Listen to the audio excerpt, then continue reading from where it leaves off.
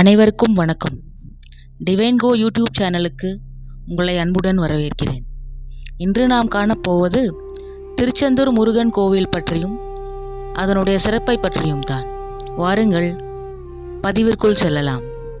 திருச்செந்தூர் முருகன் கோவில் தமிழ்நாட்டின் தூத்துக்குடி மாவட்டத்தில் கடற்கரைக்குள் அருகில் உள்ள மிக பிரசித்தி பெற்ற முருகன் கோவிலாகும். அறுபடை வீடுகளில் இரண்டாவது படை வீடாக இது போற்றப்படுகிறது.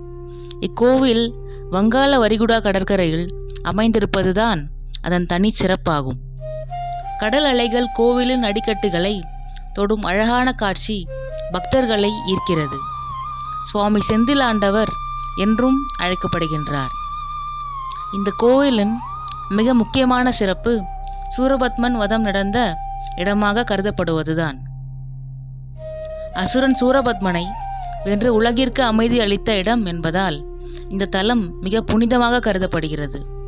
வருடந்தோறும் நடைபெறும் கந்தசஷ்டி விழாவில் சூரசம்ஹார நாடகம் மிக விமரிசையாக நடைபெறுகிறது. ஆயிரக்கணக்கான பக்தர்கள் இந்த விழாவை காண திருச்செந்தூருக்கு வருகை தருகின்றனர். மேலும் இந்த கோவிலின் அருகில் உள்ள நாழிக்கிணறு மிகவும் பிரசித்தமானது.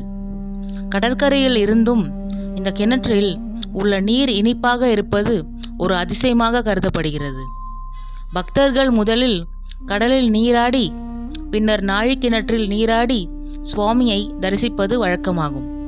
இவ்வாறு இயற்கை அழகு, ஆன்மீகம் மற்றும் புராண சிறப்புகள் இணைந்த திருச்செந்தூர் முருகன் கோவில் தமிழர்களின் முக்கிய பக்தி மையங்களில் ஒன்றாக திகழ்கிறது.